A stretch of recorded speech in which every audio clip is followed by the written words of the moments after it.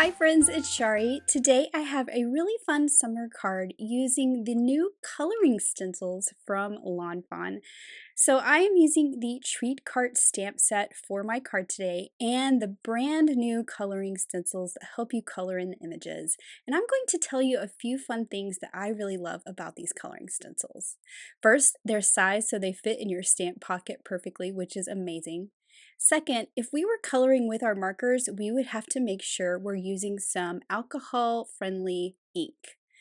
But since we're using our inks to color it in, we can stamp in any ink in our collection. So for today, I'm using some neutrals. I've got some Hippo ink here for the treat cart. But the other really fun thing is if you're stamping grass or clouds, you could use green or blue. You could use any color you wanted. I'm using some walnut ink for my little bear and my little fox. But you could stamp these in any color you wanted. Maybe you want a pink bear. You could stamp it in a pink color and then color it in with pink ink. For my little bunny, I'm using some dough ink. And I like the look that this gives with that lighter brown outline. So you'll see as I colored in the different looks we're going to get. And then for my little accessories, I have the little banner. I'm just using soot ink. So this is a very dark grayish brown, but you could use black if you wanted. I just wanted to show you that you could use any ink in your collection to stamp out your images when you're going to use the stencils to color them.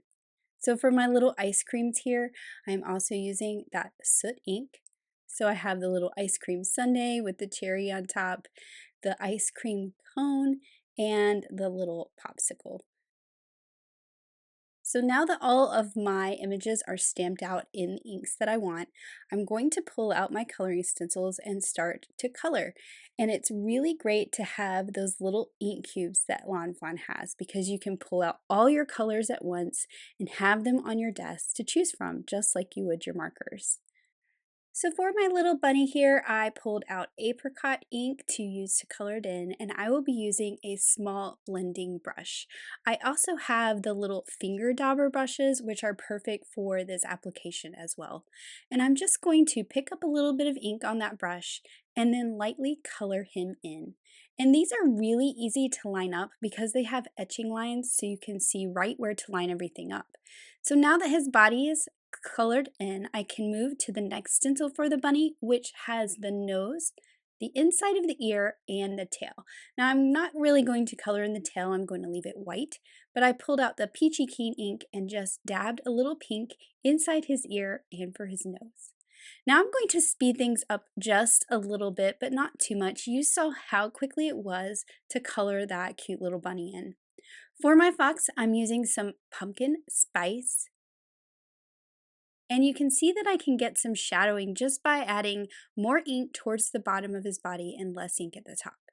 For the face, I'm going to pull out some sugar cookie, which is this really light kind of creamy color. I don't have a brush dedicated to this color in my flat brushes, but I have these little tiny detail brushes and I just use that to add a little bit of color to his face. And now I'm going to move on to my little bear and use some dough ink. Now the bear is really fun because there is a stencil for his body and a stencil for his head, allowing you to get some nice shading. Now for this one I am using a larger brush just because I forgot to pull out my little finger dauber brushes, but if you're very careful you can see these brushes work pretty well too. So I added ink so that there was more shading at the top of his body, so under his chin. And then for his head, I am doing the opposite. So more shading towards the bottom of his face, and you can see we get this really cool shading on our little bear. Now I'm moving on to that little banner there, and this has openings so you can color it. Every other one is a different color. For me, I'm going to do it in rainbow rather than doing all of the ones in this cutout the same color. So I'm just carefully adding my ink, making sure not to get into the other opening on this little part of the stencil. If you felt like your brush was too big and you were going to spread your ink, you could always just cover this up with a piece of paper or a Post-it note. So I added guava ink, sunflower ink, and forget-me-not ink. And now I'm just going to pull that, and I like to wipe it off just so I don't get any finger smudges from the ink left on my stencil. Shifting it over to the other stencil for the little bunting banner, and then I can add in my orange and my green. Now you are going to see me do this same rainbow method for the canopy of the treat cart when I get around to coloring that too.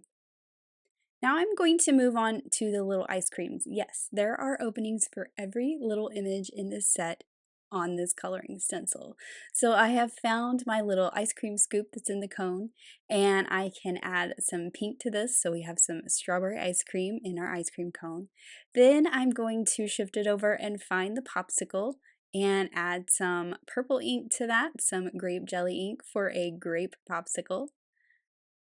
And then there is also the openings for the stick, so I'll add a little bit of brown just using whatever ink is left over on my brush, and a little bit of brown on that ice cream cone. Now the really fun part is this ice cream sundae. It's so tiny and there's such little openings, but they are all there and it colors it perfectly. So I have some teal for the cup. I'm going to pull out that little detail brush and my sugar cookie ink again to make some vanilla ice cream. And then instead of doing hot fudge, which you could also do, I thought it would be fun to make this a little more colorful, and I added some strawberry topping onto my vanilla ice cream. And then my favorite part, this tiny little cherry.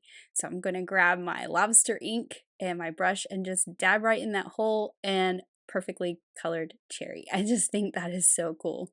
Look at those yummy ice creams. So now we need to color our treat cart. So I am finding that stencil for the treat cart. You can see this one does every other stripe on the canopy.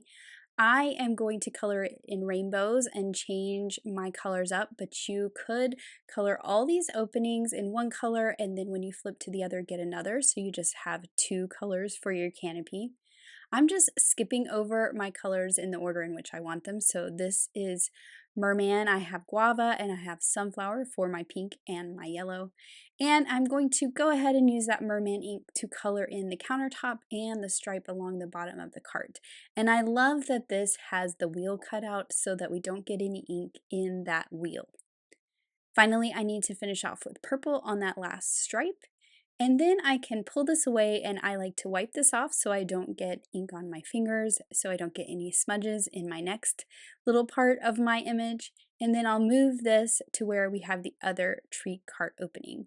So this will allow me to do the other stripes, and I'll be using some fake tan, freshly cut grass, and forget-me-not ink for those stripes. I did go ahead and get my orange ink off of there because I had a little too much and I didn't want it to accidentally mix with my green and make it a little bit messy. So there is the freshly cut grass green and the forget-me-not blue. And look how pretty that is. I'm going to pop this back into place, and I decided to pull out that purple, which is grape jelly, and add purple to that larger stripe on the treat cart. And I am coloring it in such a way to where I have a little bit more shading towards the top, like there's a shadow underneath the countertop of the cart. Now we have a couple more details to color on this cart. We have the little wheels, which is on a different sheet over here, so let me grab it. And the fun thing about this is that because this is a circle and we want to keep the inside, is we're doing half the wheel and then we'll shift it and do the other half. This one also has the handle on it, and then now we can shift it up and do the bottom half of the wheel. And I did get a little overzealous with the bottom half, so I need to add a little bit more ink to the top. But it's super easy to line this up and just add more ink if you need to. And now I'm finding the stencil that has the center part of the wheels and adding a bit darker gray to those. And of course, then there are the vertical pieces. So I can add a little bit of manatee ink. This is a bit lighter gray, to those areas. Now I did miss the handle that comes up to the grip, but you'll see that I will catch that really quickly once these are cut out with the coordinating dies. So you can easily line up the coordinating dies, hold them in place with some tape, and now we have these perfectly cut, perfectly colored images using our inks. And I just think that this is so fun. So this is where I realized I missed that little handle, but I just wanted to show you, you can easily line these up to something that's already die cut. You could use a grip mat to hold your die cuts in place and color them after you cut them if you would like to do that as well.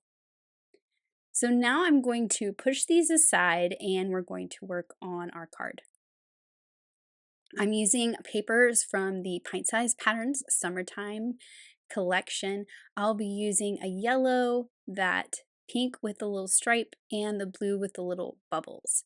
So I'll start out with the yellow first and cut this with the largest stitch rectangle stackable, so this will cover my entire card front. And I like to make sure this is lined up with the grid, hold it in place with some tape, and run it through the die cut machine. What I wanted to do is create a panel through the middle in the blue paper, but I thought it would be fun to have a little stitching detail. So what I'm doing is pulling out one of my stitch rectangles. This one is 3.5 inches wide, I believe, and it is just slightly taller than what the background piece is. So when I trim it off, I'm going to have the stitching detail on the left and the right, and then it will just be plain at the top and the bottom. So it looks like it's continuous and went off of the card. Now I wanted to add some borders on each side using the pink. So I'm going to cut some strips of that pink pattern paper. I will line up this scalloped border along the edge, hold this in place with some low tack tape, and run it through my die cut machine so that I have two little scallop borders.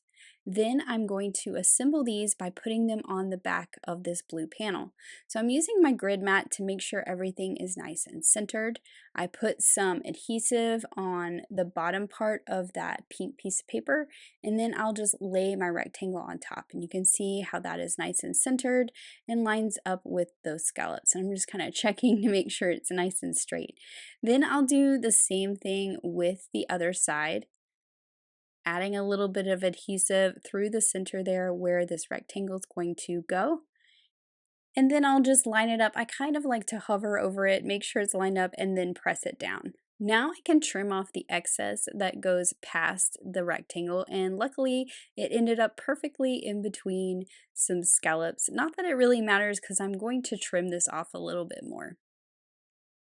So with my paper trimmer, I'm trimming off 1/8 of an inch on each side because this is 4.5 and I need it to be 4 1/4. So I did that on both sides to where now the height of this panel is 4 1/4, which is the same as my background piece. Now I'm adding my adhesive all over the back of that yellow piece of pattern paper, and I can add this to a card base. But before I add the next piece, I wanted to add some tone-on-tone stamping to this yellow grid paper. So we're just adding some extra little images that go with our card. I'm using sunflower ink and those little ice creams in the treat cart set to add some tone-on-tone stamping to both sides of this. And you can see I brought my panel in to make sure that I was stamping far enough over to where it got hidden behind the panel. And I'm using all those little ice creams and then this little spoon, which is perfect to kind of fill in a little bit because it is skinnier than the ice creams. So that's looking pretty good. I'm going to add a couple more stamps over here on the left side to fill it in. And then I added foam adhesive all over this panel. Now I got a little smudge there, but I flipped it around so it's at the bottom because I think it will be covered up by my images down there. I'm checking on my grid mat to make sure it's nice and centered and straight, and then I'll push that down. And then I can assemble some of my images. So I'm adding the little bunting to the treat cart. I am also going to go ahead and add that little ice cream sundae to the treat cart. I like assembling or pre-assembling, I should say, my images like this that I know are going to go together, so I can just take the piece as a whole and put it onto my card. I will also go ahead and put the little ice cream treats into the hands of my little critters that are going to be on the left and the right here. And then my little bear, he's going to go in my treat cart, and I'm just checking placement of things, making sure my rabbit's going to cover up my little bit of yellow smudge. And then I'm just adjusting that little ice cream sundae over so that we can see the little bear through the treat cart opening. Now for my sentiment, I'm using the smallest stitch sentiment banner, the sentiment from the set that says "You're the sweetest," and continuing on with using all my colors of ink, I thought I would stamp this in peacock. So there is my sentiment. I've added some foam squares on the back, and I will just layer this right along the bottom. I like to start with this at the bottom and then kind of build my little scene up from there. So I have my little rabbit here. He's going to cover up my mistake and sit right here on the left side. And I like that he's kind of hanging over the edge of that blue panel. I'll do the same with my little fox. And then for my little treat cart, I'm actually going to use some thin foam squares so that it sits back just slightly from the bunny and the fox, but it still has some dimension. So these are thin foam squares, they're not quite as thick.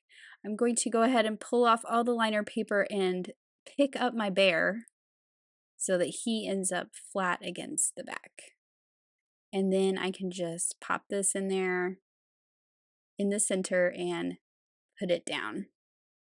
Now I felt like it needed some sparkle and some embellishments, so I have these iridescent sequins and I'm just sprinkling them around.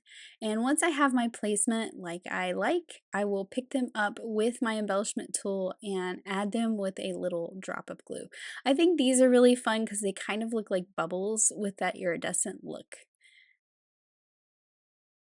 So it's really a fun summer treat party with those bubbles and ice cream. But I also always want some glitter, so I'm adding some glitter to the canopy of my treat cart. I also like to add it to the little ice creams because I think it looks like icy, like it's frozen.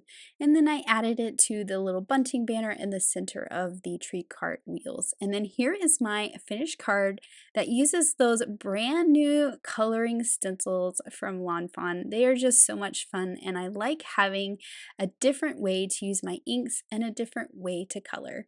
So I hope this has inspired you to give them a try. Thank you so much for watching. Have an amazing day. Bye.